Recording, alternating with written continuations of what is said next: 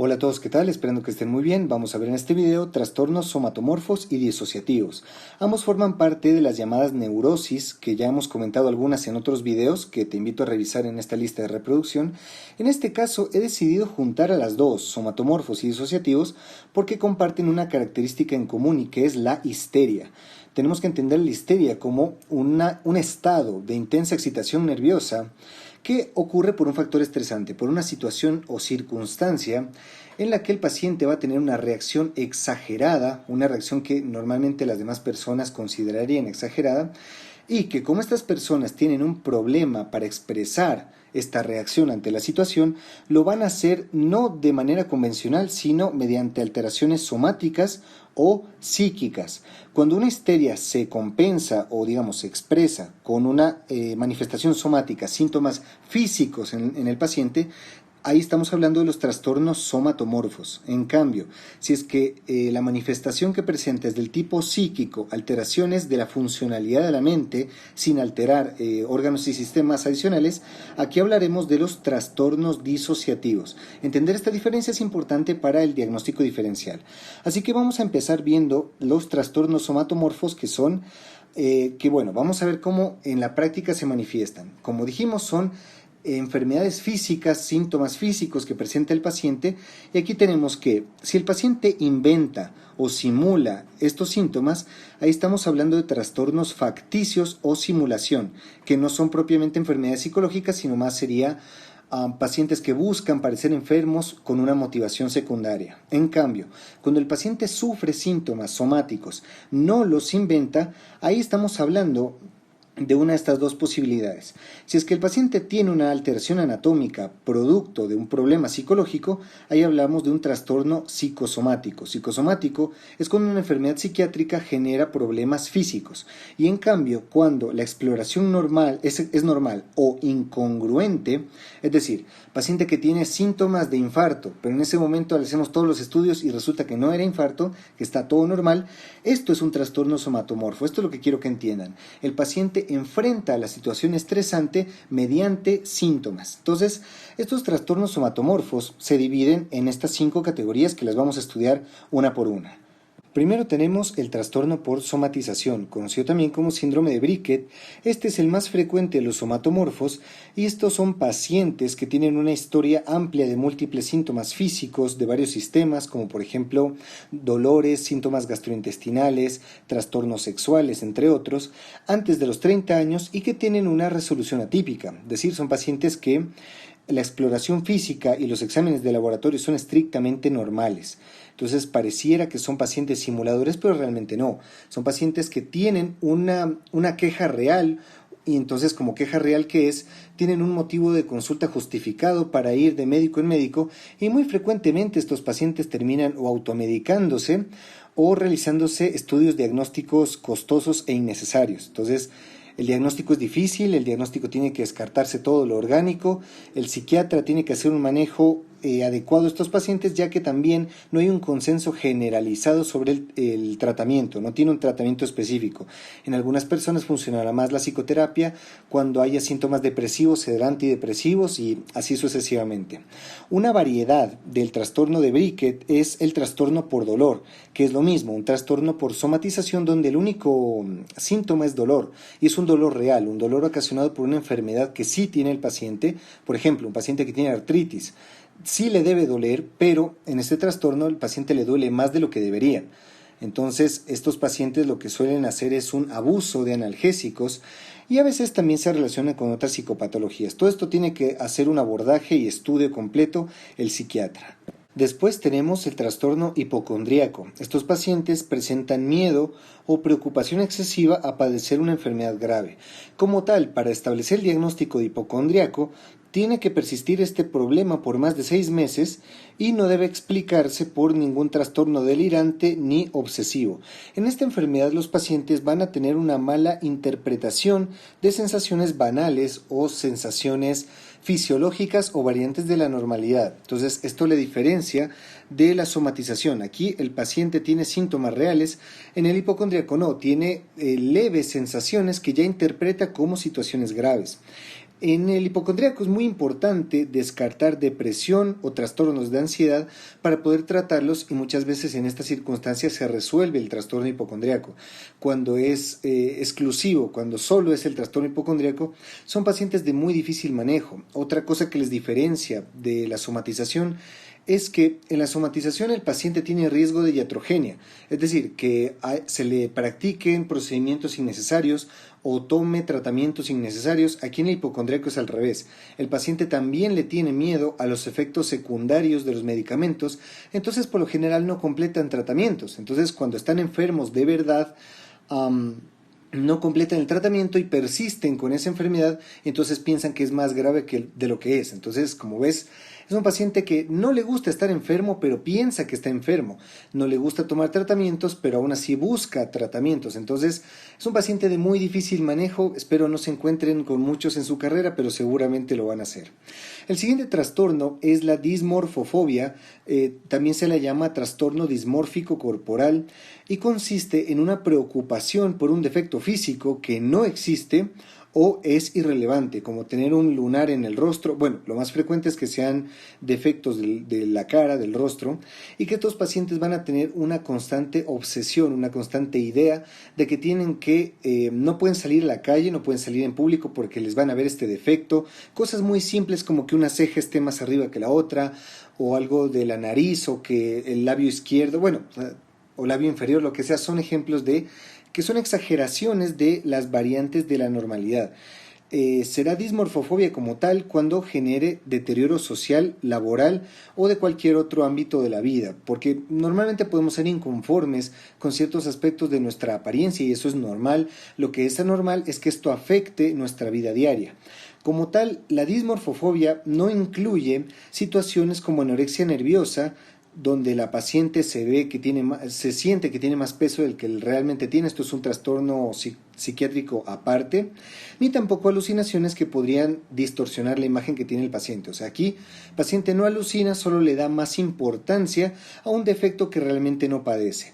Estos pacientes no serán revisados tanto por el psiquiatra, sino llegarán primero al dermatólogo o al cirujano plástico pensando que deben corregir situaciones que tienen. Por ejemplo, aquí les pongo un ejemplo muy exagerado que es el de Michael Jackson. Michael Jackson, que yo amo su música, sin embargo, él tenía dismorfofobia porque si bien él tenía también vitiligo, que es lo que le terminó cambiando el color de la piel, no me pueden decir que la nariz no es diferente, que el mentón, la cara, todo en general es diferente. Estamos hablando de una persona completamente cambiada.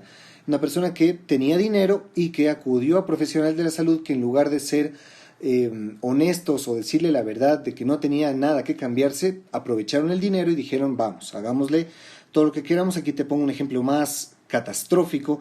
Una señora que no era particularmente bonita, pero mira que no tenía ningún defecto real y se metió a hacer 1000 cirugías y terminó así, como lo vemos así.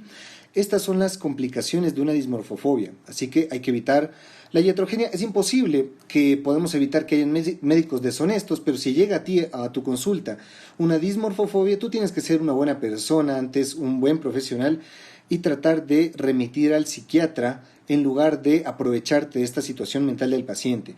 La dismorfofobia es la única de los trastornos somatomorfos que responde a medicamentos. Los demás se tratan con psicoterapia. Este responde a inhibidores de la recaptación de serotonina. Después tenemos el trastorno conversivo. En este, el paciente va a presentar síntomas y signos neurológicos, pero no solamente de las funciones mentales superiores, sino aquí es más propio, alteraciones de la función motora y sensitiva.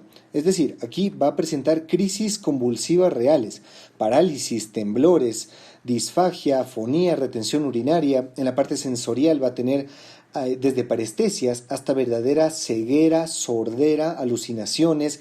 Entonces, claro, se nos presenta un trastorno conversivo, lo primero que pensamos es que el paciente tiene un evento cerebrovascular o tiene epilepsia y claro, hacemos un montón de estudios, ingreso, tomografía de cráneo y resulta que la exploración neurológica es incongruente y los exámenes son normales. Entonces aquí pues lo primero que debe venir a la cabeza es un trastorno conversivo. También se le considera como histeria de conversión y como lo explicamos al inicio del video, es que el paciente presenta el antecedente de un factor estresante importante y que su cuerpo lo va a manifestar como una alteración neurológica. Entonces, teniendo esto, el antecedente y la incongruencia con los estudios, podemos sacar que se trata de un estudio o de un trastorno conversivo. Es más frecuente en personas de nivel socioeconómico bajo, da como mal pronóstico una baja educación, patología previa y cuando los pacientes presentan una ganancia secundaria, es decir, cuando de pronto reciben más atención o beneficios por el trastorno conversivo, eso hará que su cuerpo tenga una tendencia mayor a manifestar los síntomas de esta forma porque está teniendo una ganancia. Estos trastornos se resuelven con el apoyo de psicoterapia y a manera de resumen tenemos que si es que tienes un trastorno, si piensas en un somatomorfo con síntomas subjetivos, tienes que pensar en que es somatización o dolor. Si es que se preocupa por enfermedades todo el tiempo, hipocondriaco. Si se preocupa por un defecto corporal, dismorfofobia. Y finalmente, si es que tiene alteración neurológica con signos objetivos incongruentes, trastorno conversivo. Esto a manera de ultra resumen. Ahora vamos a ver los trastornos disociativos, que es la otra forma de presentarse de la histeria, que esta vez será con alteraciones funcionales psicológicas. Entonces, tenemos estos 4 aquí y vamos a explicar cada uno. Primero tenemos a la amnesia disociativa. Esta es la manifestación más frecuente de los trastornos disociativos y consiste, como el nombre lo dice, en una amnesia que es de origen psicológico. Es decir, el paciente no tiene ninguna agresión orgánica hacia el cerebro, no tiene ninguna pérdida de sustancia, de células, sino es un trastorno del tipo funcional. El paciente enfrenta una situación estresante y pierde la memoria retrógrada. Es decir, el paciente puede formular nuevos recuerdos, pero ya no recuerda quién es, cómo se llama, dónde vive, quiénes son sus familiares. Entonces el típico paciente que tiene una situación estresante pierde la conciencia y cuando se levanta no recuerda quién es, no sabe nada. Estos pacientes tienen una recuperación brusca, completa, o sea, esto es como no hay nada orgánico que se afectara en el cerebro. Esta recuperación será espontánea o será ante un suceso. Entonces esto se ha utilizado bastante para películas, series de televisión. Paciente pierde la memoria y luego hay alguna situación que le hace recordarla o recobrar todos los recuerdos de manera brusca, o también puede ser de manera espontánea que lo haga. Como te digo, hay muchas películas que retratan esto.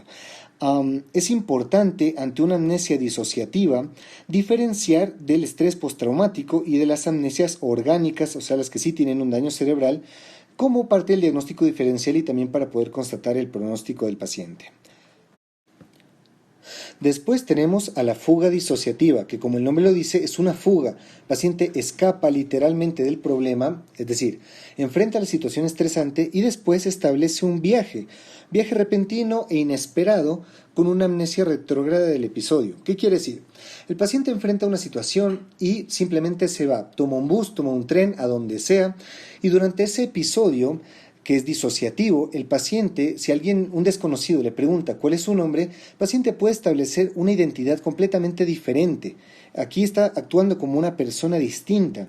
Durante el episodio el paciente se va a presentar confuso, como te digo, asume una nueva identidad y cuando ya regresa, cuando ya sale de la fuga disociativa, el paciente recobra su identidad, pero no los recuerdos, no recuerda qué es lo que hizo durante este episodio. Esto es importantísimo porque puede ser un arma legal. Si es que tú utilizas la fuga disociativa como una excusa, paciente durante la fuga disociativa comete un crimen, por ejemplo, roba algo que se encontró en el tren, por ponerte un ejemplo.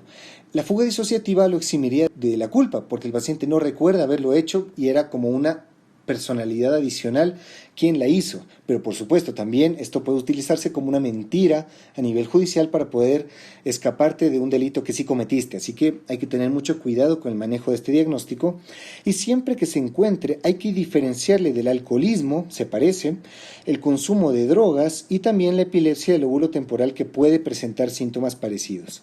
Después tenemos el trastorno de identidad disociativa, conocido también como trastorno de personalidad múltiple.